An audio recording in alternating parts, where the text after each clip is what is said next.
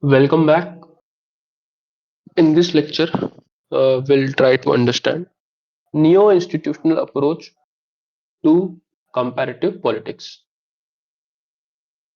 Just now, we have studied political sociology approach to comparative politics, of which we have understood that political scientists refrain from doing sociological analysis because it limits and it limits the scope of political science as a subject to sociology, right?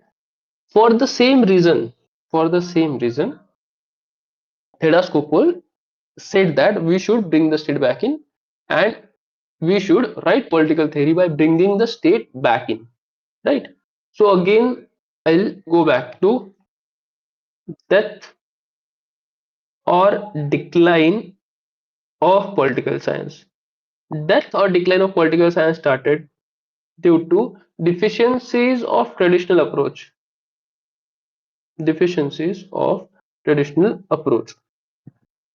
right? Why death or decline started? Because deficiencies of traditional approach. Then behavioralism came,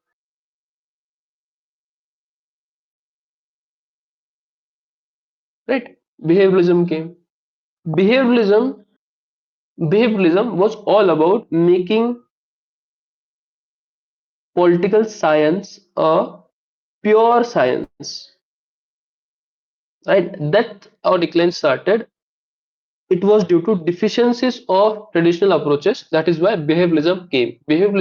What behavioralism tried to do is to make political science a pure science, right? What does it mean by making political science a pure science? There is one element of Eastern's eight intellectual foundation stones, which is integration.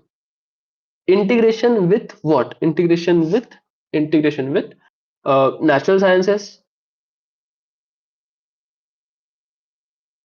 with sociology, with economy, and with psychology, and all those disciplines which were supposed to be pure sciences, right? What happened due to such integration with other disciplines, that political science lost its own identity, and and there was submergence of political science under sociology. That is the idea, right? There was submergence of political science under sociology or other disciplines. So why neo-institutionalism came? Because Theda Skopel wrote this article against this decline, on how to arrest this decline, or how to keep identity of political science a distinct identity, right? A distinct identity. Decline started, behavioralism came. There was attempt to make political science a pure science. With that attempt, there was integration with natural sciences, sociology, psychology. When you integrate other subjects within your subjects, you lose your identity, and there was submergence of political science with different disciplines. When that submergence started happening, of or give way forward of bringing the state back in. She gives this slogan that we should bring the state back in, right? We should bring the state back in, right? Right. So again, again, I will explain why did the new institutional approach came? Why did Theda Skopal had to write the the article bringing state back in? Because David Easton, as we have studied, he he criticized he criticized traditionalist, right? He criticized traditionalist. He criticized traditionalists to be static and text based, that you are limited to text, you are not understanding what are the implications of particular text, right? David Stern,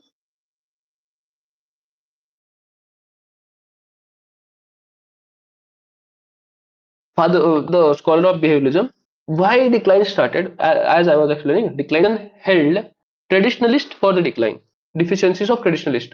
What were deficiencies of traditionalist? That it was static and it was textual. It was textual, right? Then behavioralist or Eastern proposed behavioralism. When Eastern proposed behavioralism, there was attempt of making political science a pure science.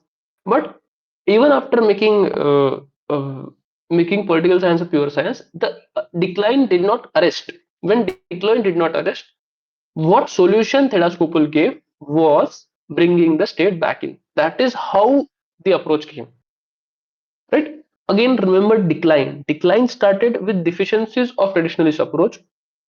David Stern gave behavioralism as a solution to that decline or decline of political science. Behavioralist, behavioralist, behavioralist attempt to arrest decline failed, and that is why new institutional approach came. Right. So it is like this. Decline started. Decline started due to deficiencies in traditional approach. Decline started due to deficiencies in traditional approach. To solve the deficiencies, behavioralists said that we should go for integration. By integration, they mean we should integrate our discipline with sociology, psychology, natural sciences. But due to such integration, political science lost its original identity.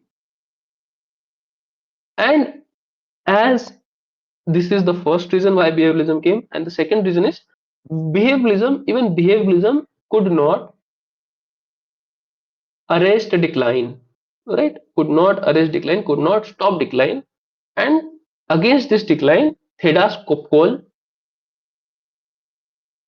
gave her neo institutional approach by saying bringing the state back in, right? Thedas Kopkol started with the approach, the real uh, know how the real analysis of the approach was given by March and Olsen, right? March and Olsen in their book The Neo-Institutionalism, Organizational Factors in Political Life, right? Neo-Institutionalism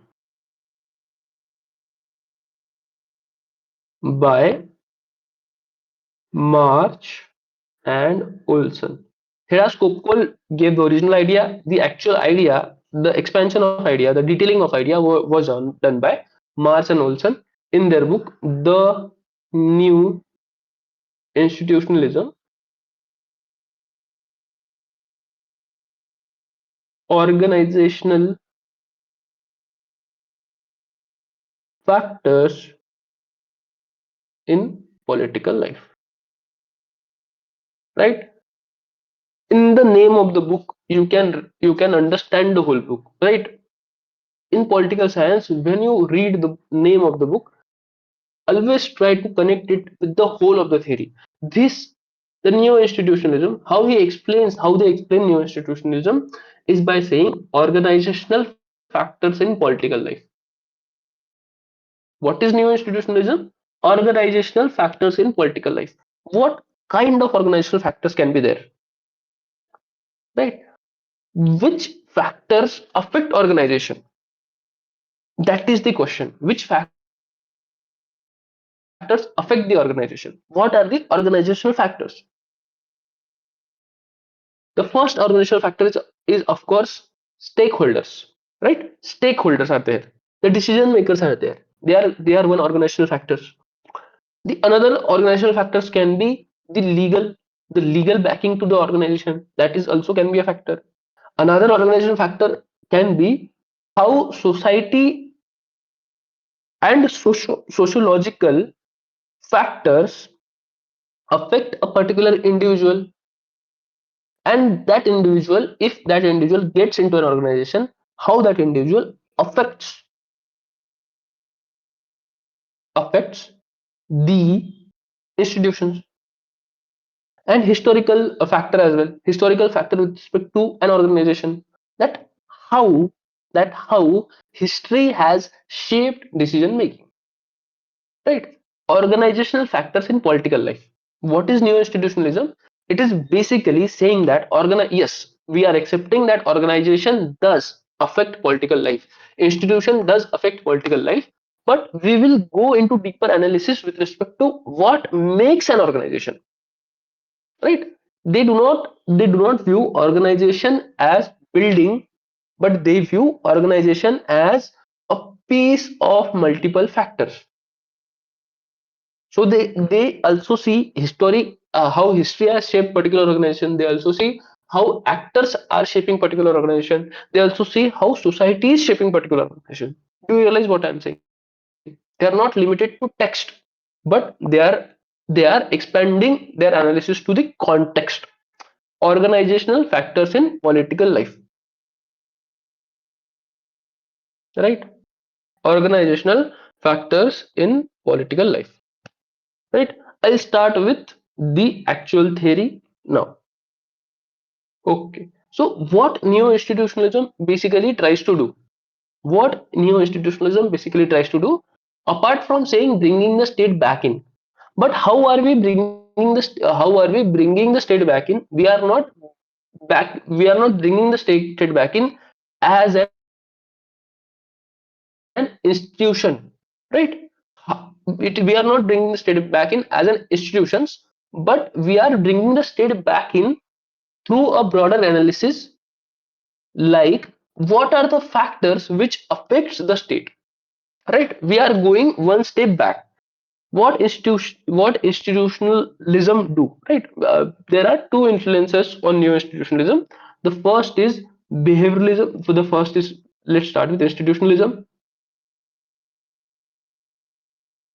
Second is behavioralism. Neo institutionalism is bastard child of institutionalism and behavioralism. So what institutionalism is it trying to say? What it is trying to say? What institutionalism is trying to say, that we will study what? We will study institutions. How we are going to study institutions? We are going to study institutions through rules, through laws, through laws, and we are going to study institutions through texts, right? What kind of institutions we are going to study? We are going to study formal institutions and informal institutions as well. This is institutionalism. We are going in institutionalism, of course. What we are going to see, we are going to see how organization affects political system, right? What is behavioralism? In behavioralism, what we are going to study? We are going to study how human behavior affect political system. How human behavior affect political system, political processes, right? Now, do the marriage of institutionalism and behavioralism. In neo-institutionalism, we are going to study how human behavior affect institutions which affect political processes or political system. How human behavior affect institutions which in turn affects political processes, political system. That is the idea. That is the idea.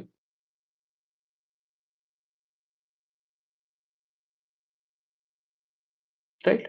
Human behavior, the decision making persons in an institutions, how they affect institutions, and in turn how institutions institution affect political processes, right?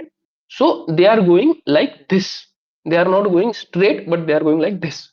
So we will keep our analysis limited to institutions, but we will analyze the people.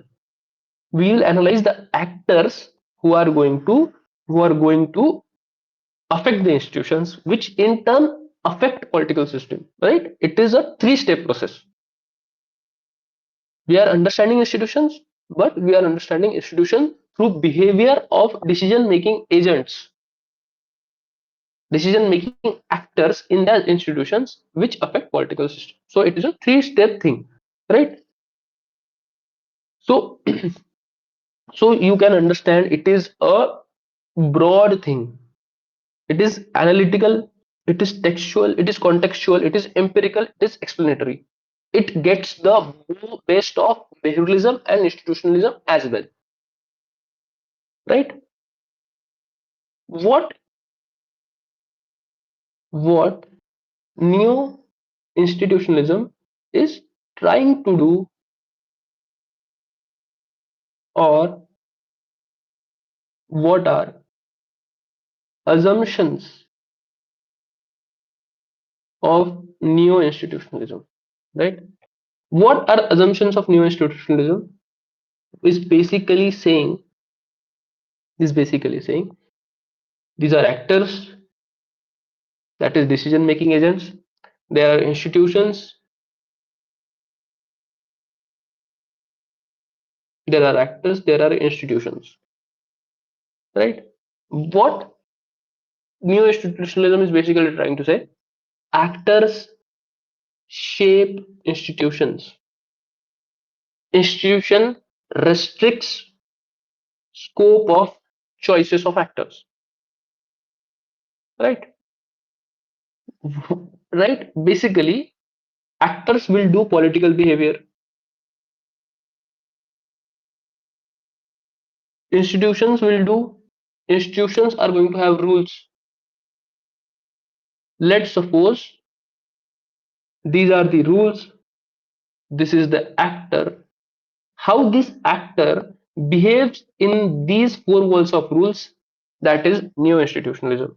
Within rules, within rules, how you how you make decision making which affect political system. So it keeps the walls of rules, but it also analyze how actor will work around those rules, how actor will work in those rules. That is the idea, right? Both behavioralism and institutionalism, both actor and the rules, both actor and the institutions are there. There is a cause and effect between both of them, whereby rules constrain actor, and actor also shape rules, right? I will explain how. Right? Let's assume you are in a parliament. This is a parliament. Parliament have a lot of rules, and a, you are on treasury benches, and you are the prime minister of India. You say to your party, to your government, that I want a rule. I want a rule. This is parliament. Parliament has some rules. It is an institutions, but actor in it. Let's say I'm talking about speaker, right? Speaker also is on parliamentary committee on business affairs, something like that, right? I don't remember it correctly. So there are rules. There are rules of parliament. Speaker will say, speaker will say, we don't want these rules, or I want to change a particular rule, right? He is constrained. He is constrained by these rules, but he also want to shape or change these rules, right? Both of the thing is going simultaneously. Actor shape rules or institutions, institution constrain choices of the actor. That is the idea, right? There are three branches of neo institutionalism. The first branch is rational actor model.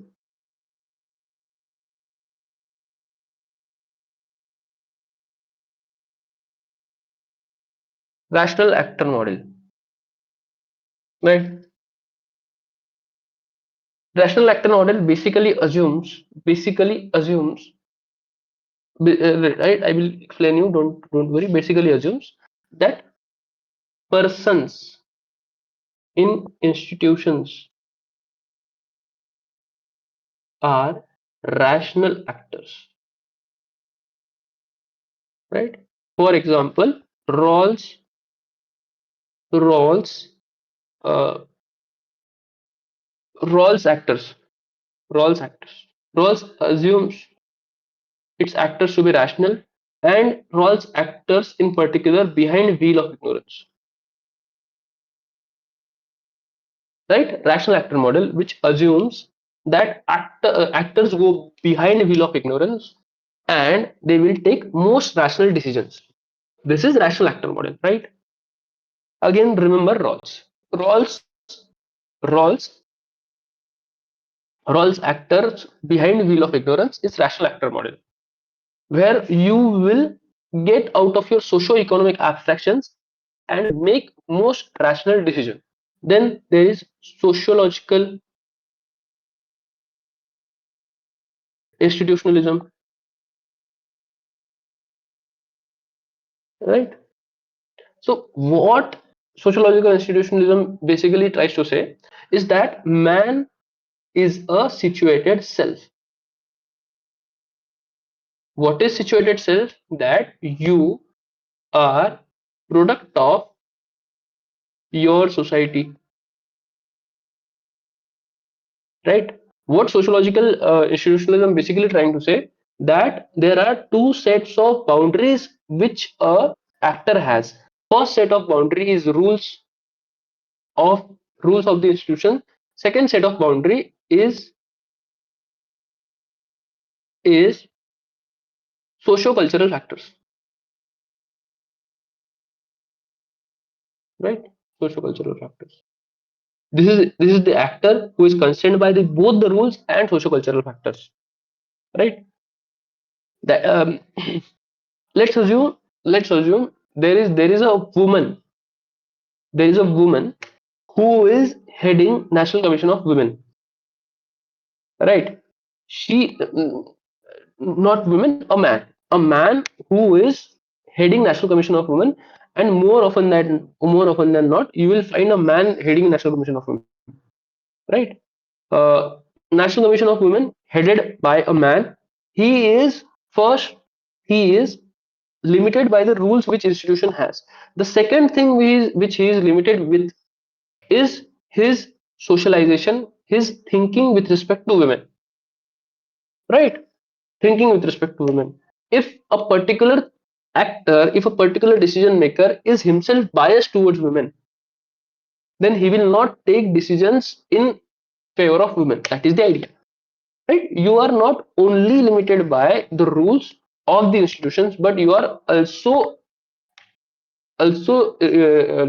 you are also constrained by socio-cultural factors. You are a discourse of your socio-cultural factors. You are a discourse of your socio-cultural factor, right? Your decision making is limited by what your society has taught you, right? Then there is third branch which talks about historical institutionalism.